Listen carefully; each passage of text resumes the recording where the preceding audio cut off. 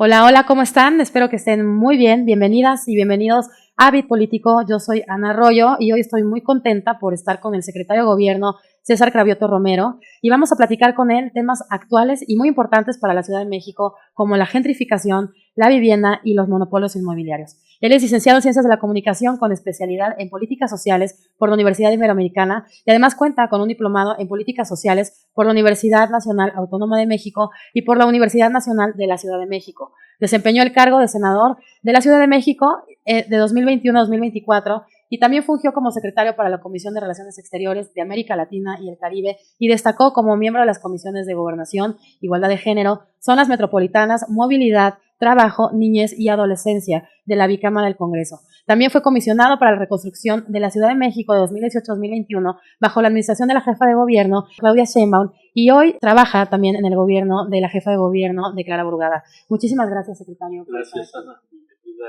Bienvenido a tu equipo de Bit Político, aquí a las oficinas de la Secretaría de Gobierno de la Ciudad de México. De verdad, muchísimas gracias. Estoy muy contenta porque además vamos a hablar de un tema pues muy actual que nos preocupa a todas y todos los que vivimos aquí en la Ciudad de México, como es la gentrificación. Pero primero me gustaría conocerlo, secretario, y que nos platique cómo nació su interés por integrarse en la política de nuestro país.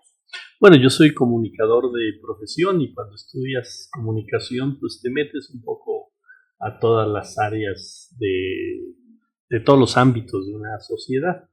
Y desde joven, pues me interesó en poder ayudar a la gente. Y pues en esta ciudad se da un proceso pues muy importante en 1997. Por primera vez se elige jefe de gobierno. Hay que recordar que antes eran personas designadas por el presidente de la República, se llamaban regentes. Y la primera elección en la historia de la ciudad, pues compite el ingeniero Cuauhtémoc Cárdenas. Yo tenía poco tiempo de haber salido de la universidad y me interesó ayudar en su campaña, en los ámbitos de comunicación. Ahí me empecé a meter un poco más.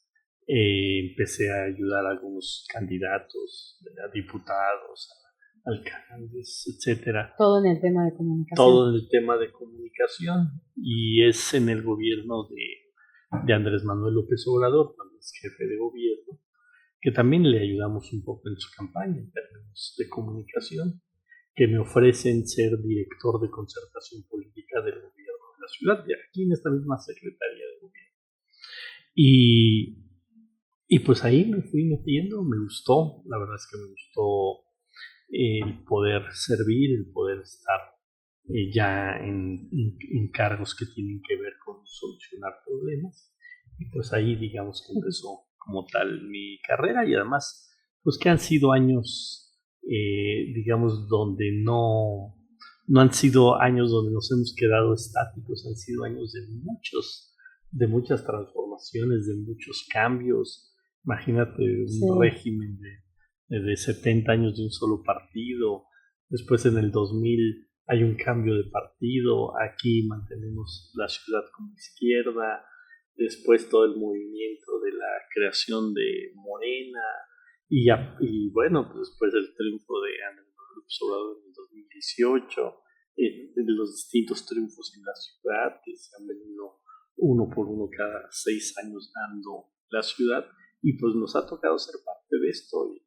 Y bueno, pues la verdad es que ha sido un camino muy interesante, muy pesado, porque la política es muy pesada, pero muy interesante estar inmerso en este proceso de transformación que ya lleva muchos años dándose en el país y en la ciudad.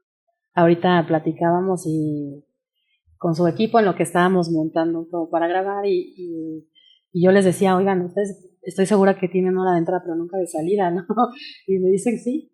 Y pues yo creo que estar en esta secretaría al pendiente de la Ciudad de México, que por cierto es de las más grandes del mundo, debe ser un trabajo de todo el tiempo, todos los días, a todas horas, ¿no?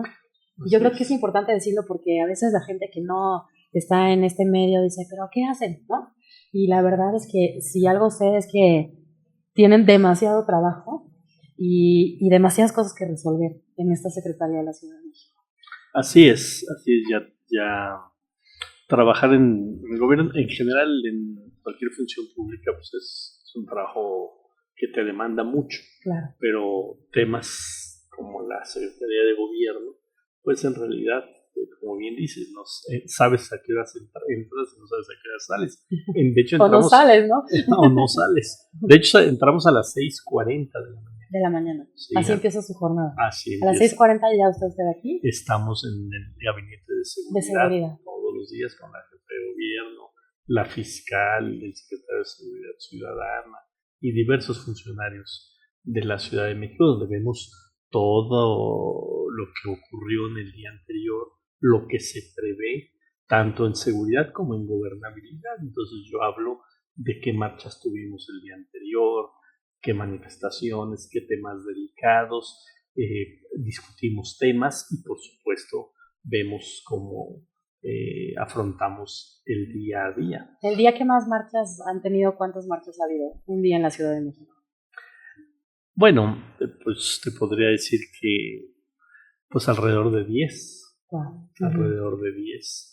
Un día muy pesado. Ayer tuvimos 6. 6 marchas. Ayer tuvimos, 6 cierres y 2 marchas. Okay. O sea, tuvimos 8 eventos en vía pública. Ayer. Y aunque no lo veamos, ustedes siempre están pendientes de esos temas. Sí, claro. Tenemos que estar negociando con quien hace una manifestación, concertando con los manifestantes, pero también enlazándolo con las áreas que tienen que resolver. Porque generalmente la gente marcha, la gente hace un cierre por un tema. Claro. Entonces, cuando es un tema, por ejemplo, de salud, pues lo enlazamos con la Secretaría de Salud para que ustedes lo atienden y lo canalizan. Y lo canalizamos, abrimos la interlocución para que sean recibidos por la instancia que tiene que resolver. Que corresponde. Sí.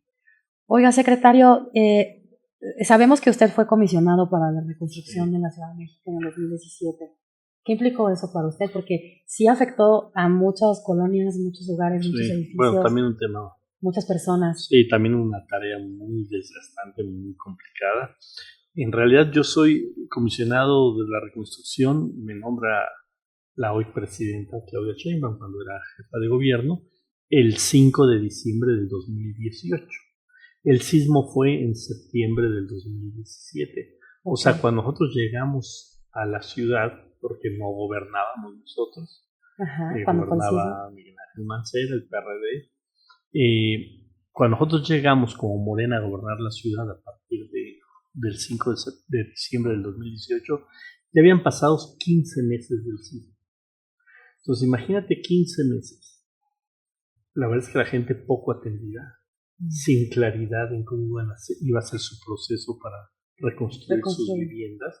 Se hablaba de créditos bancarios, se hablaba de que el gobierno ponía una parte y los damnificados tenían que poner una parte mayoritaria y si no podían ponerlo tenían que acudir a endeudarse cuando muchas de las personas damnificadas pues eran adultos mayores que ya no tenían pues los ingresos que tuvieron cuando compraron ese departamento, esa casa, etcétera.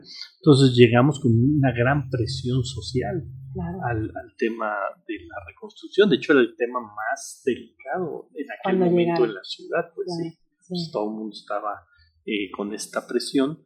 Y pues primero generamos una ley que agilizara el proceso de reconstrucción, una ruta, digamos, una carretera sin semáforos para que avanzara mucho más rápido la reconstrucción que cualquier otra obra en la Ciudad de México, y empezamos a tener reuniones prácticamente todos los días con los damnificados, tanto con los que estaban organizados en grupos como los que había en distintas avenidas de la ciudad, en distintas colonias. A diferencia del sismo del 85, el sismo del 2017 prácticamente dejó damnificados en las 16 alcaldías. Claro, en 6 o 7 fueron mayores los daños, pero en todas, desde Milpalta hasta Gustavo Amadero, del norte al sur de la ciudad, hubo daños. Entonces eso nos hizo pues, generar todo un planteamiento de atención, y me acuerdo que eran reuniones interminables. Me imagino. A mí cuando me dicen que si la Secretaría de Gobierno ha sido muy pesada para mí, les digo, pues yo creo que la reconstrucción fue más pesada. Fue más pesado, insisto, por ese momento en el que llegamos, la gente desesperada, prácticamente se sentía abandonada y tuvimos que echar a andar todo un proceso de reconstrucción prácticamente de cero, pero con la presión de 15 meses de atraso, de que la gente preguntaba qué hacemos y que estaba ya organizada, que estaba ya muy molesta por la falta de atención. Hoy podemos decir que la reconstrucción está al 98%, ya son muy pocos los edificios que faltan por entregar, toda la vivienda unifamiliar se entregó, atendimos había más de 100,000 personas damnificadas, por decir, en esta ciudad. Muchísimo. Sí, más de 22,000 viviendas y más de 100,000 personas. Entonces, sí fue un tema importante, relevante y un gran reto en lo que ha sido mi trayectoria como servidor. Claro, ¿no? Y que se tenga la confianza de designarlo a usted para reconstruir la vida de tantas familias. Porque, pues, los hogares estamos hablando de muchas familias de la Ciudad de México que era importante resolver esa situación. Y que usted diga ahorita que el 98% ya se resolvió, gracias a Dios. Así es. Y a la chamba, ¿no? Y a su trabajo. De usted y de todo el equipo y de las familias también. Y a las decisiones de la doctora Sheinbaum, que tomó una decisión histórica. Todo fue a fondo perdido. O sea, todo fueron recursos públicos. No permitimos que los damnificados se volvieran deudores de la banca. Y eso fue muy importante. Claro. No ha habido un antecedente en el mundo que hubiera un proceso de reconstrucción como el que se dio en la ciudad. Qué bien. Me da gusto por las familias, sobre todo, sí, ¿no? Y que puedan decir misión cumplida. Así es, así es. Oiga, y ahorita que platicamos de la presidenta, la doctora Claudia Sheinbaum, ¿y cómo ha sido para usted trabajar con dos jefas de gobierno? Usted trabajó con la presidenta Claudia Sheinbaum cuando fue jefa de gobierno y ahora está trabajando con Clara Brugada, la jefa de gobierno de Ciudad de México. ¿Cómo ha sido para usted esa experiencia? No, bueno, la verdad es que es parte de lo que te decía al inicio. Ha sido un proceso pues muy rico, muy, muy interesante ser parte de este proyecto que está transformando el país y la ciudad y tener como jefes personajes pues de la talla de la actual jefa de gobierno Clara Brugada, de la hoy presidenta Claudia Sheinbaum. Yo también trabajé en el gobierno de Marcelo Ebrard, que soy secretario de Economía de México. Trabajé en el gobierno de Andrés Manuel López Obrador cuando era jefe de gobierno y después fue presidente de México. Pues imagínate lo enriquecedor, las experiencias, lo que aprendes de personajes así y todas las historias que podría contar de lo que nos ha tocado todos estos años, desde desafueros, justamente terremotos, movimientos sociales importantes, etcétera, momentos difíciles que hemos tenido en los distintos gobiernos de izquierda en la ciudad, pero que bueno, pues eso es parte de nuestra formación, es parte de nuestra experiencia y es parte del servicio también, del servicio y de todo el bagaje que traes que te puede llevar a pues cumplir, digamos, con más ecuanimidad, pues cargos, tareas como las que hoy tengo.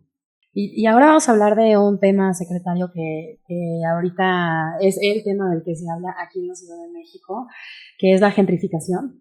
Ya ve que ha habido estas manifestaciones que, pues de alguna forma, no habían pasado antes, pero que sí tratan de un tema que está sucediendo en nuestro país y sobre todo en nuestra ciudad, que es este tema de el alza de las rentas por el tema de la gentrificación.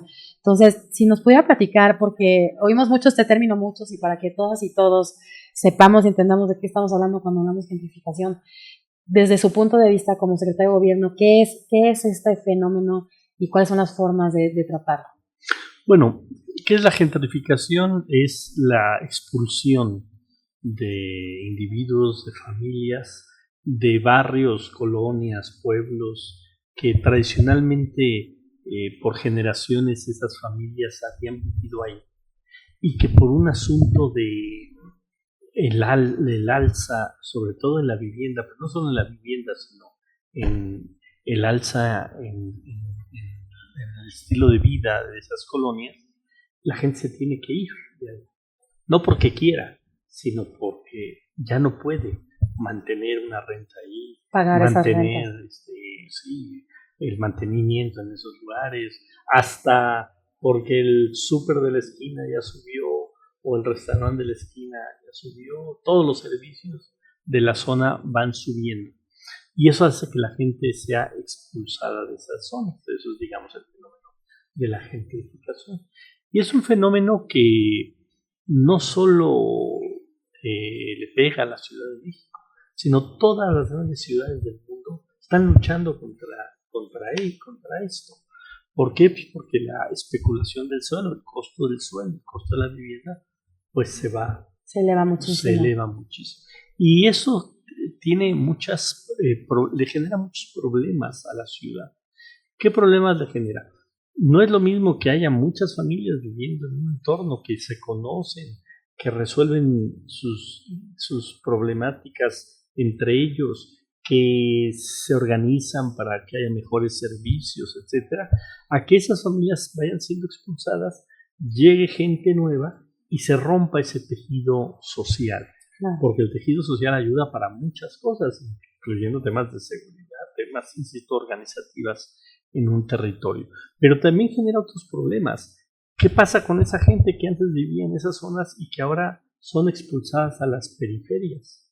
Bueno, pues primero, más presión de transporte y presión para el propio gobierno de dotar de más transporte, más contaminación, más estrés, porque no es lo mismo que tú hagas tu vida en una zona que estén cerca tus hijos, de la escuela, tu trabajo, a que hagas 2 horas para llegar a tu trabajo, de ida y 2 horas de vuelta. O tres. Sí. Entonces eso hace que ya la gente no conviva con su familia, que la gente esté más estresada. O sea, genera mucha distorsión en una sociedad, en una ciudad como esta.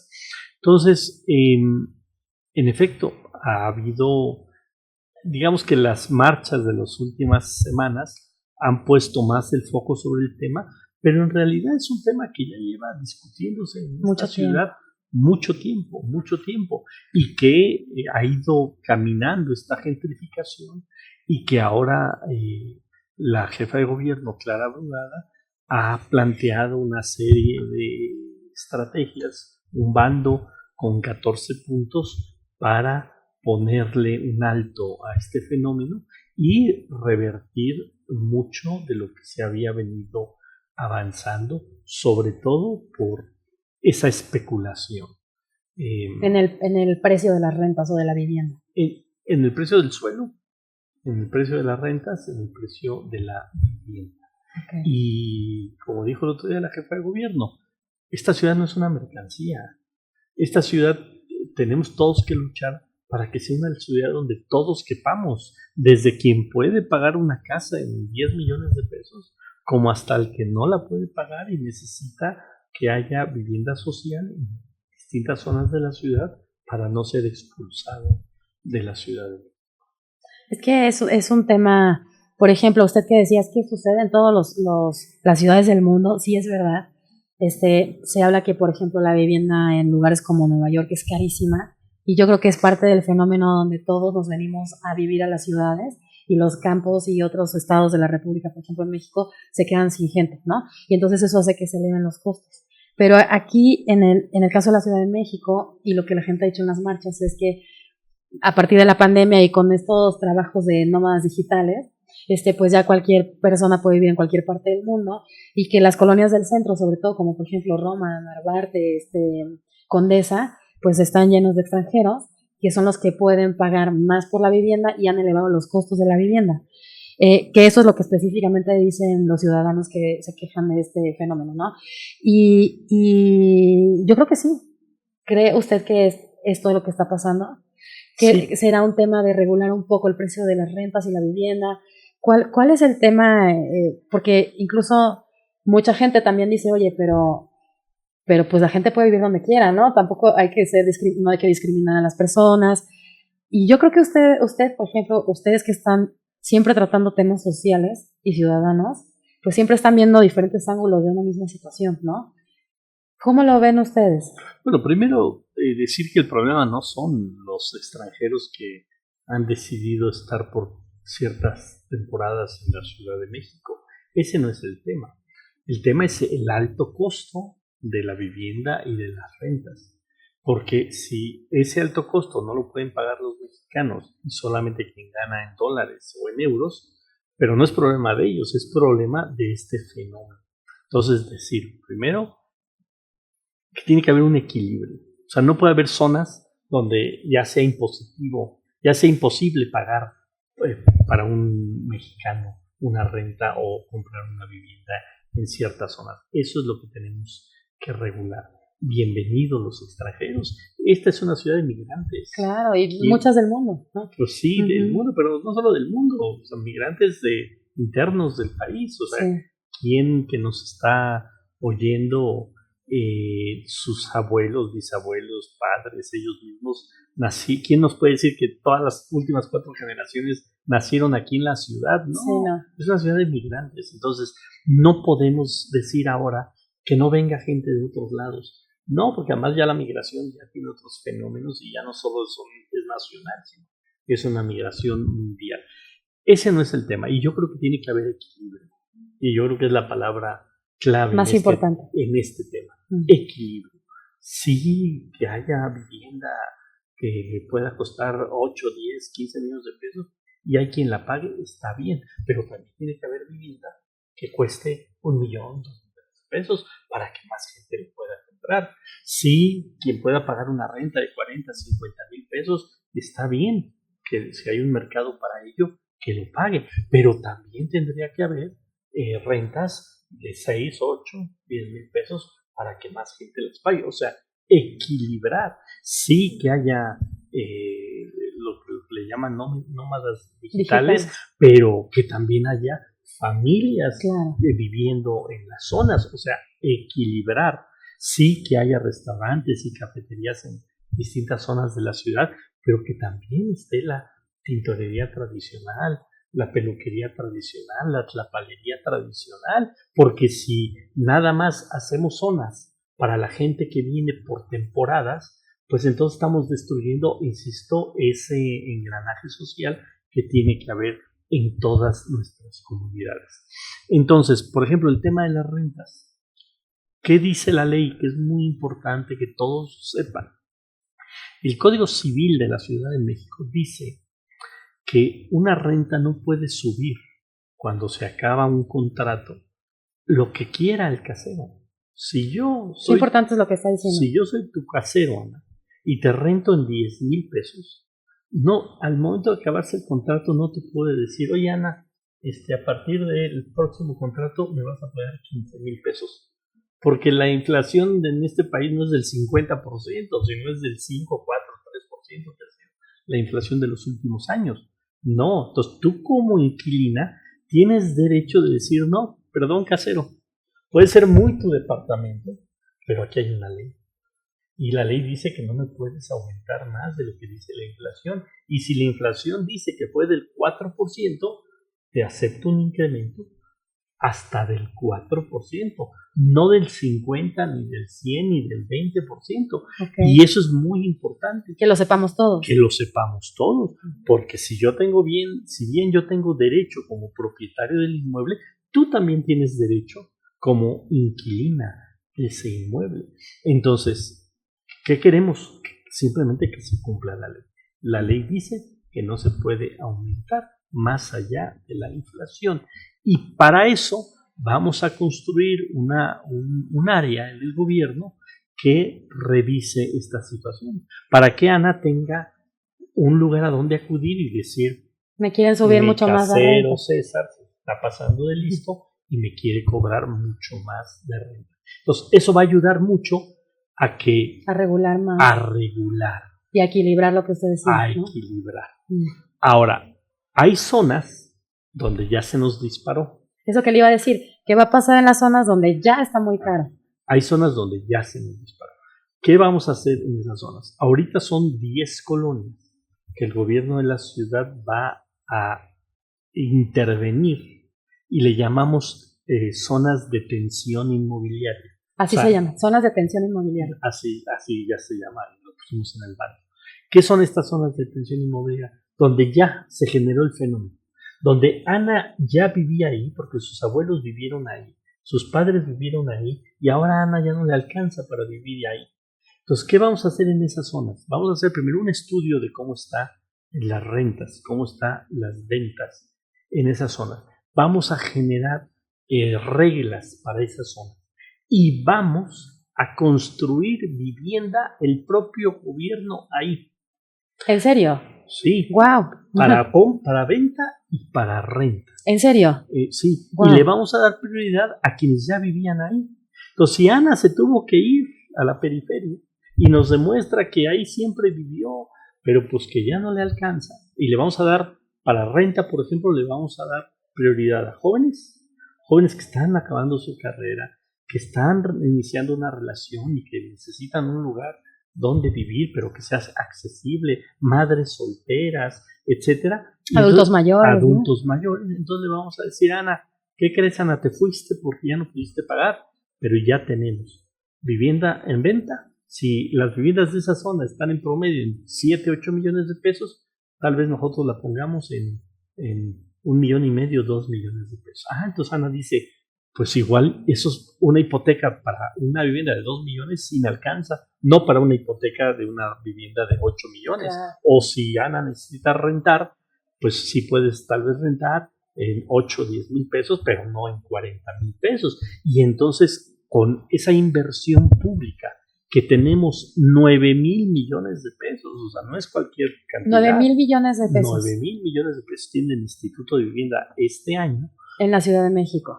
Solo para la Ciudad de México. Vamos a hacer 200,000 viviendas en los 6 años de este gobierno. Qué proyecto tan enorme. Sí, pues es un proyecto muy ambicioso justamente para equilibrar esta situación. Y entonces ya equilibrando, ¿qué vamos a hacer? Que en el mercado, pues ya quien se pasaba de listo y quería que todos los departamentos costaran 10 millones de pesos en una zona, pues como ya va a haber departamentos en esa misma zona a precios más razonables, pues se tiene que equilibrar. Como ya va a haber rentas en esa zona más razonables, pues se tiene que equilibrar. Claro. Eso nos conviene a todos.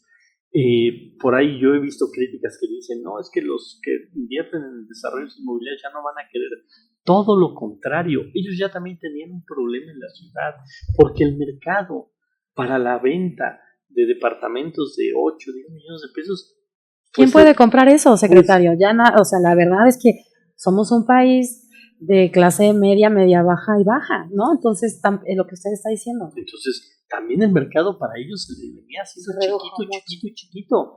Cuando generemos que en estas zonas ya se pueda construir vivienda, pues tal vez la nuestra social de 1 millón, 1,5 millones, 2 millones, pero tal vez constructoras que lo puedan sacar en 3, 4 millones, pero ya otra vez se va a regular el mercado. Ensanchas el mercado, le das más posibilidades a la gente a poder vivir, porque hoy si para sacar un crédito para un departamento de 10 millones, pues necesitas ganar de 100 mil pesos para arriba. Sí. ¿Cuánta gente gana de 100 mil pesos para arriba?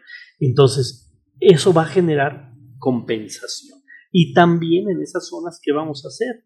A decirle, igual que Ana, que se tuvo que ir, que pues ya no puede vivir ahí, le vamos a decir al de la tlapalería, a ver, te damos un apoyo y vemos dónde puedes tener rentas, donde nos interesa que regresen los comercios tradicionales, porque hoy en muchas de esas zonas ya los comercios no son para gente que vive, sino para gente que va de paso. Claro. Y eso también transforma una comunidad. Entonces una familia que se quiera quedar ahí va a decir, pues sí me quiero quedar, pero no tengo ni lavandería, no tengo ni pollería, no tengo ni mercadería, no hay mercado, porque ya todos son restaurantes y cafeterías para gente que no... Ni siquiera vive en esa colonia.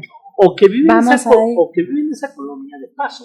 O sea, porque va a estar 6, 8 meses, no va a generar una infraestructura para vivir vivir ahí y esos 6, 8 meses no tiene problema de comer todos los días en un restaurante de la zona porque ni siquiera va a comprar refrigerador, etcétera, porque no es su interés. Está bien, se vale que haya ese tipo de población en las zonas, pero que no se expulse a quien quiere hacer una vida de familia, una vida como soltero, una familia con una vida con amigos, pero más estable. Entonces, se vale lo estable y se vale lo no estable. Claro. Y ahí viene otro tema que pusimos en el bando, que es regular la vivienda a través de las plataformas. Eso es importantísimo. Eso también tiene que ver. También ya está en la ley, nada más es que lo vamos a hacer que se cumpla. ¿Qué dice la ley? ¿Cómo se regula la vivienda en plataformas? La ley dice que solamente puedes rentar tu vivienda por estas plataformas por la mitad del año, o sea, 183 días al año. Entonces, hasta 6 meses. Hasta 6 meses. Si yo tengo un departamento, una casa y la rento por esas plataformas, sí lo puedo seguir haciendo, pero hasta 183 días al año. Habrá quien le convenga porque dice, bueno, lo rento bien esos 183 días y me sale bien en lugar de rentarlo con un contrato anual o semestral con un inquilino. Pero habrá quien diga, no, pues ya son 183, mejor lo rento a la manera tradicional, con un contrato anual. Y eso va a hacer que hoy muchos inmuebles que están dedicados a la renta a través de plataformas regresen al modelo tradicional. Y otra vez es equilibrar. Y ya no, y vamos en esas zonas de tensión inmobiliaria, también vamos a revisar, que es otro fenómeno que se ha dado, que no haya vivienda ociosa.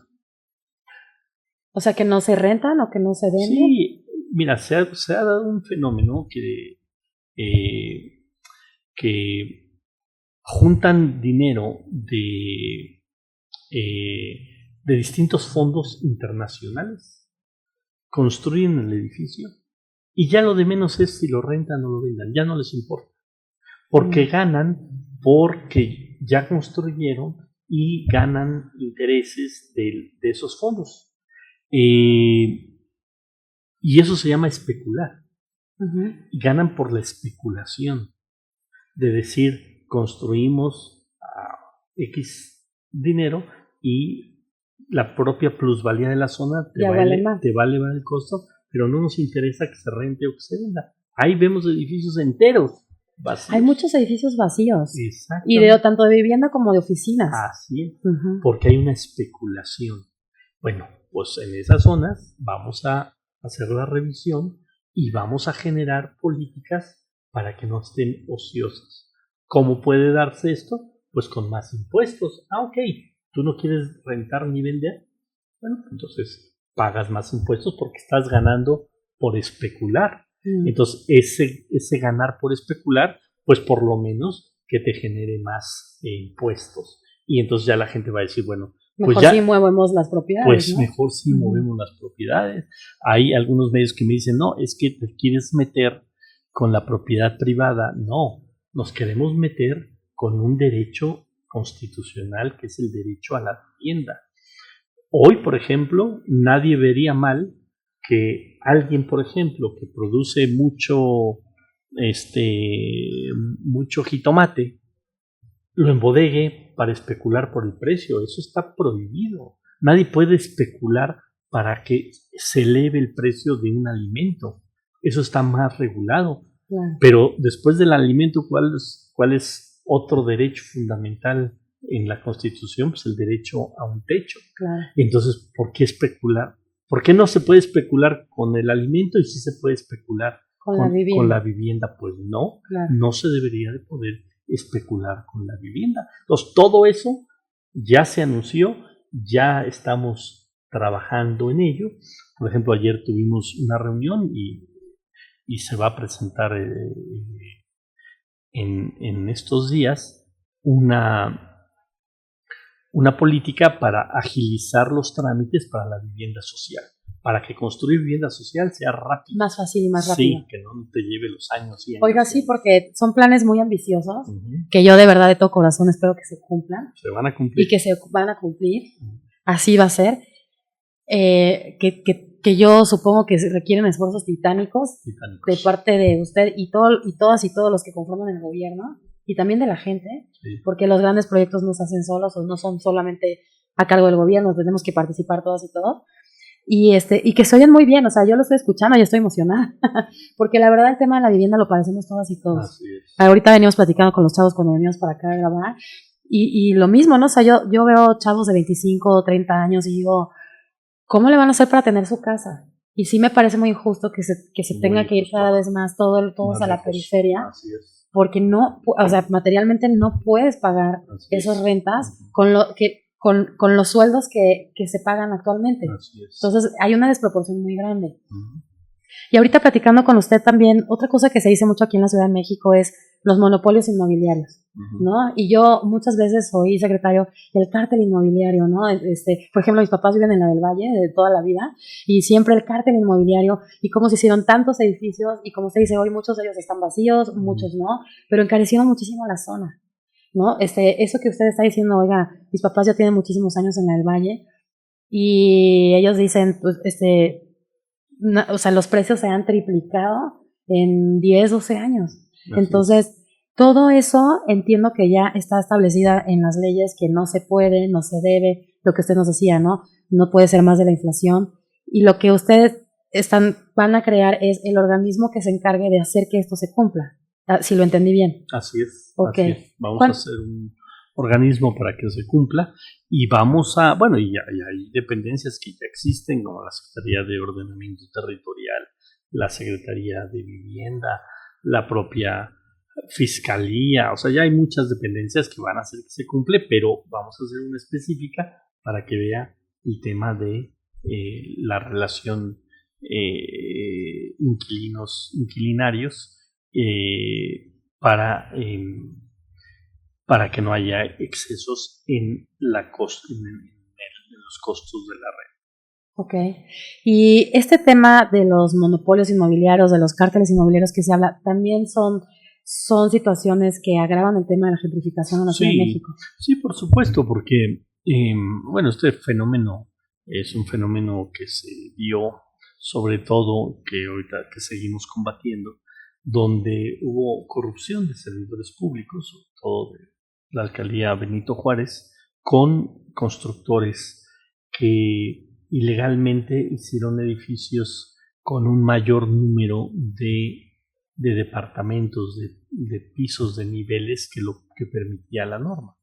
Y que estos constructores sobornaban a los funcionarios y les daban justamente departamentos. Fíjate el fenómeno. Esto hizo que se construyeran más departamentos, que la contabilidad son casi 1,000 departamentos más de los que se debieron haber construido en la zona, con lo que implica la afectación en la zona. Pero en lugar de que bajaran los precios, porque se construyeron más departamentos, no, subían los precios. Y eso hizo, entre otras cosas, que se generara este fenómeno de la gentrificación. O sea, ni siquiera porque construyeron más, aunque fuera de manera ilegal, los hicieron más baratos. No, los hacían muy ilegal y más caros. Ilegal y más caros. Y entonces eso hizo que se fueran encareciendo justamente todas estas zonas de la Ciudad de México, como la del Valle, que comentas. Oiga, usted dice que, y eso me parece una extraordinaria noticia, que en estos lugares donde las rentas subieron tanto, etcétera, lo que van a hacer es construir de parte del gobierno de la Ciudad de México vivienda para equilibrar los precios. Y hay espacio, ¿cómo le van a hacer? Porque creo que otra de las cosas que tenemos en la Ciudad de México y en muchas es que materialmente los terrenos, o sea, por eso crecemos hacia arriba, ¿no? Porque ya aparentemente no hay espacio donde construir más. ¿Cómo planean hacerlo? Sí, bueno, justamente en estas 10 colonias donde vamos a empezar a hacer una intervención integral, que, insisto, le llamamos detención inmobiliaria, se va a peinar la zona y se va a ver, este terreno se está vendiendo o esta casa se está vendiendo y le vamos a competir a los privados. y vamos a incentivar a los privados que construyan vivienda más barata, vivienda asequible, vivienda social. Entonces, va a ser una lucha de... Una competencia, ¿no? Va a ser una competencia. Que eso se necesita también. Pues claro, se necesita, porque si todos, si solo son los constructores, pues ellos pueden fijar. Claro. Pues, nadie nos bajemos de no sé, de X dinero, de ¿no? 70,000 pesos metro cuadrado en esta zona. Entonces, si llega el gobierno y empieza a construir en esa zona y no lo venden 70,000 pesos metro cuadrado, sino lo venden 30,000 pesos el metro cuadrado, pues hace que se genere pues se pondere un poco los precios, se equilibren los precios y que ya no haya excesos. O sea, vuelvo a insistir, esta ciudad no es el botín de nadie. Esta ciudad es donde viven familias, donde viven seres humanos, donde viven sueños, donde viven esperanzas, donde viven interés en que tus hijos vayan a la misma escuela que tú, claro, visiten los mismos barrios, aprovechen el parque que está al lado. Eso no debe de ser prohibitivo, eso debe de ser accesible. Y en tiempos, ¿cómo tienen ya una idea o apenas lo están organizando? ¿En qué tiempo se va a dar, por ejemplo, estas dependencias donde se va a atender a los ciudadanos que puedan ir a decir, oye, me están cobrando más? Y tiempos en lo que va a tardar la construcción de estas nuevas viviendas. No, ya, de hecho, ya se anunciaron tiempos. El viernes que viene se va a dar a conocer toda la ruta para construcción de vivienda social mucho más rápido. Ya iniciamos los foros de discusión porque además lo queremos abrir a que todo el mundo discuta, participe y pueda enriquecer el programa. Pero también en 15 días vamos a dar a conocer ya el área de la que estamos hablando, también las iniciativas de ley para regular todo esto, porque además aquí se necesita hacer una serie de reformas en las distintas leyes de la Ciudad de México, así es, y ya vamos a empezar a intervenir estas zonas. O sea, este es un programa que ya empezó y que va a durar todo el sexenio. Sí, porque también pensar que así como se fue yendo hacia acá toda la política inmobiliaria de la ciudad, pues cambiarlo, pues no es de que lo cambies de un día para otro. Claro. Tienes que es un proceso. Es un proceso para ir regulando y para ir reencaminando el desarrollo de la ciudad. Yo creo que es de las cosas más importantes y del tema más importante que urgía regular desde hace ya tiempo, sí. Y que qué bueno que ya llegó el momento, porque de verdad sí creo que todos hemos platicado alguna vez que el precio de la vivienda ha subido muchísimo en la Ciudad de México. Y estamos hablando de vivienda para clase alta, media, baja, o sea, en general. Es un tema que todos, de alguna forma, todos decimos, oye, es que ya comprar una casa, comprar un departamento, se vuelve casi imposible muchas veces para la mayoría de los ciudadanos. Claro, es que repercute en todo. O sea, porque si en ciertas colonias centrales la gente ya no puede vivir, se va a una colonia, digamos, 15 minutos más alejada, pues empieza a subir también la vivienda en esa zona. Claro. Y si los que estaban aquí ya no pueden vivir aquí porque ya subió, pues se van y entonces se genera un fenómeno generalizado. De alza de precios en vivienda, de alza de precios en vivienda en toda la ciudad. Eso es lo que tenemos que parar. Claro. Pues qué buena noticia. Este programa o este plan del que nos está hablando, secretario, ¿es el Plan Maestro de Desarrollo Urbano? No. ¿O es otro? Es otro. ¿O cómo se le llama? Es el bando único, el bando 1. Bando 1. Bando 1 que ya se publicó en la Gaceta y que tiene que ver con generar condiciones para que la gente se arraigue en sus comunidades. Y el plan de desarrollo urbano de la ciudad lo está trabajando el Instituto de Planeación de la Ciudad de México. Okay. ¿Y nos puede platicar un poquito de ese plan? Bueno, es un plan que, digamos que ahora sí que planifica toda la ciudad para decir, a ver, en esta zona lo que conviene es desarrollar industria. En esta zona lo que conviene es que haya edificios hasta de tantos pisos. En esta zona necesitamos equilibrar entre comercio y vivienda. En esta zona vamos a mantenernos con puras casas unifamiliares. En esta zona oficinas, por ejemplo, tenemos que meter oficinas. O dentro de esta zona puede ir todo, pero en estas calles oficinas, en estas calles vivienda, en estas calles escuelas, servicios, etcétera. En esta zona lo mantenemos como el pulmón de la ciudad y pura área verde. Entonces es la planificación de la ciudad, de todo el territorio de la Ciudad de México, para que quien desee invertir, pues sepa, bueno, no puedo comprar aquí un terreno para hacer vivienda porque este terreno está catalogado para escuela. Entonces ahí no vamos a modificar el uso del suelo de esa. Quiero hacer una fábrica, pues ya sé en qué zonas me puedo ir. Que será acá, y entonces se planifica el desarrollo de la ciudad. Qué importante. Y entonces este plan, que es el bando 1, está inmerso en el plan de desarrollo urbano, me imagino. O al revés, el plan de desarrollo urbano va a incorporar las medidas del bando 1. Okay. Así es. Para porque entender un poquito. Sí, y el plan de desarrollo urbano se discute igual y se aprueba por el Congreso de la Ciudad de México. Ok.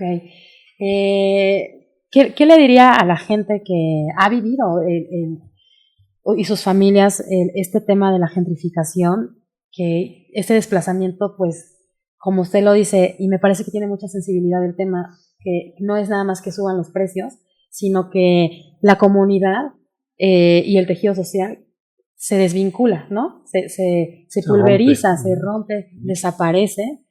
¿Y qué le diría a esta gente que ya nos ha platicado en este ratito de qué se trata, pero me parece una buena noticia lo que están haciendo en el gobierno de la Ciudad de México? ¿Qué les diría?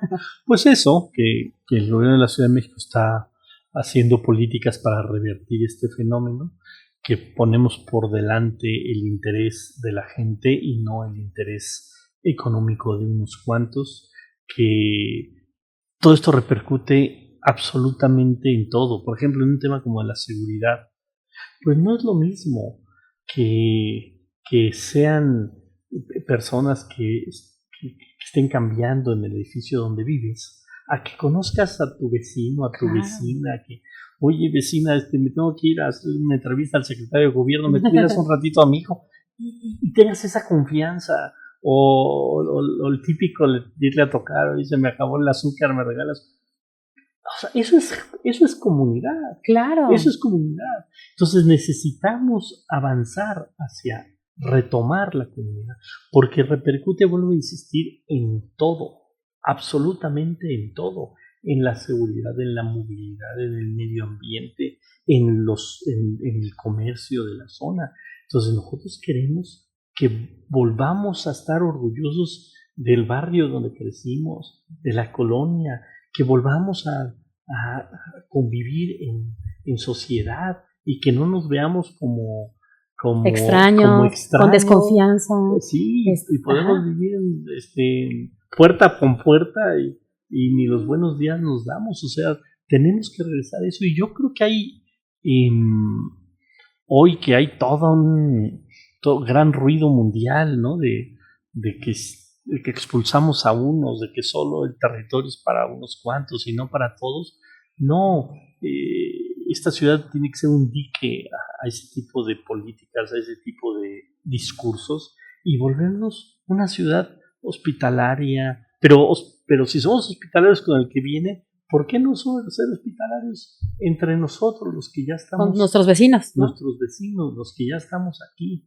Entonces vamos a recuperar la ciudad para los habitantes de la ciudad.